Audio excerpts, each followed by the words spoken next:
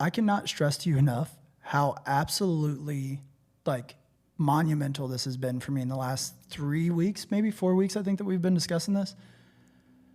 I have always, and I might go on a little bit of a tangent here, just a heads up.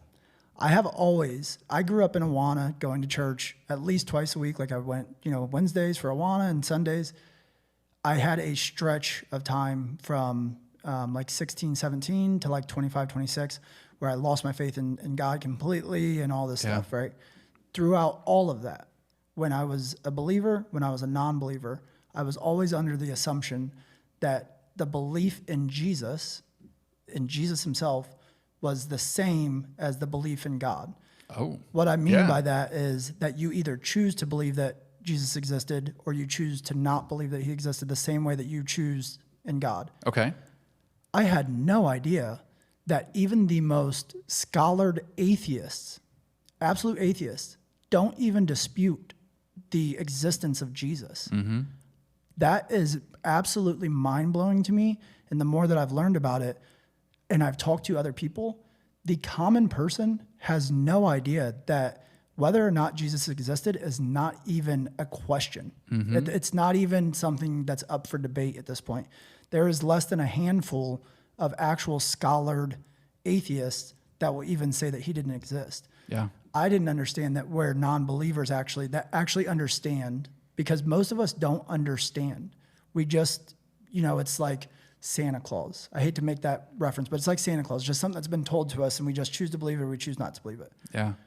Most of us don't understand that people that have studied this and actually know what's happening in history will tell you Jesus' life was the most documented thing to ever exist, ever. Yeah. That atheists are saying, yes, he absolutely existed. His name was Jesus. He was a carpenter. That was his mom. He lived that life. He said all those things. He had those followers. They only draw the line when it comes to the resurrection. They're saying all the other stuff happened. The crucifixion happened exactly how they said. And when you said that all the cohesion in the Bible, in all these versions, that's what, to me, was absolutely like cemented the fact of this isn't even up for debate anymore.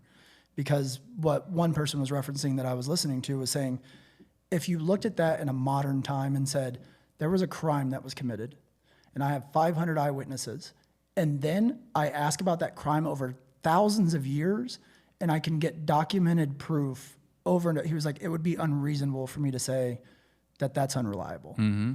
But now we're saying that there's a chance that stuff's not accurate. Right. Which is absurd. Yeah. So as you're saying that, it reminds me of two things. Soren Kierkegaard is the philosopher who coined the phrase "a leap of faith," and he analyzed all of this and said at the end of it, there is so much factual data to the life of Jesus Christ. Well, we would say Jesus the Christ because Jesus isn't his last name; it's a title. But anyway. So much factual data. Like you said, it's not disputed at all that he was alive, that he was crucified, that he had followers, all of that stuff. He created a stir back in, the ancient Israel time or whatever, all that. But it is a leap of faith. There is a chasm, there is a gap where we decide to make that leap or not. Of the resurrection. Mm-hmm. Another point that was really crazy to me was, just like you said, why would they leave those books in if they don't help, if the point of the Bible was be really good and look at all the good, like why leave in all those bad things? Yeah. One thing that was even more cementing to me was I did not understand that in the time that the resurrection happened, that women themselves were completely unreliable in the eyes of everybody else. That if a woman would never be allowed to testify to a crime being committed or have any say-so in general. Yeah. And the fact that the women were the ones that found the tomb empty. Yep. If it was a big conspiracy of all of these people to be like, we are going to intentionally mislead people, the last thing that they would want to do is put women there. Put the least reliable witnesses is there. Make these women your star witness. Yeah.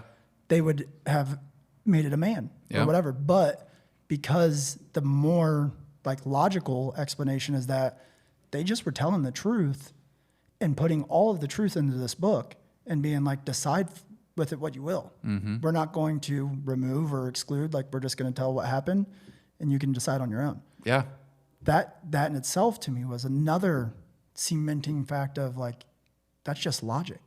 Like, why would they? And and that's where, as we have this conversation, I know some of our listeners are going to be like, okay, these guys, they're going to either say, yeah, you get it, or they're like, these two people are morons because how can they just make this assumption? And so I do realize that what we are, it's something, and I've watched this happen for myself, for you, for so many other people. There's sometimes where it's like I think of The Matrix, right? You remember that old movie with the green numbers? All the numbers are coming down, yep. It's like it just kind of locks into place and it makes sense. And I recognize that for some people, those numbers are coming down and it still doesn't make any sense. And, we're all in different places with it. I'm definitely in the place where the numbers have come together and like, oh, I see the logic behind this. I can say I made that leap of faith because there's a point where, I'm not opposed to knowledge. It's not all one or the other. You got to know what you're talking about and know what you believe, and it's worth studying and worth digging into. But there is also a faith part of it that we're like, hey, this doesn't make any sense. I mean, that I'm staking my life on teachings that are 2,000 years old. There are people that will look at me and be like, you are really dumb. Yeah. I think to me, though, the issue is that I've been looking into a lot of the idea of God versus science, right? The people that don't believe, and let me clarify too, I am one of those people that have came back to my relationship with God and stuff, and I feel like it was out of an unbiased. It was, I had it, I left it, and I was just like, I'm just going to come back with open. I'm open. Like if I come back into my relationship with God, then great. If I don't, then I know I can just leave it and be gone. Like, whatever. And obviously I did, but I still to this day, if there was somebody that could give me like evidence of like, this is completely wrong, I wouldn't say that I would not be open to that because I want to stay open to knowledge in general. Yeah. But I will say that for me, the leap of faith part of it, the more that I have looked into science versus God, all of these scientists, like top chemists in the world, top biologists in the world, they all are saying the same thing of when you get down to a certain level, when you start looking at cells and proteins and how things work and how atoms work and all this stuff, you either have to make a leap of faith one way or the other, even when it comes to that stuff. And you either have to basically say that something came from nothing, or you have to say that there was a creator and a mind behind all of this. And it is insane how many of these people, the further that they get in science, the closer that they get to God, and that they end up converting into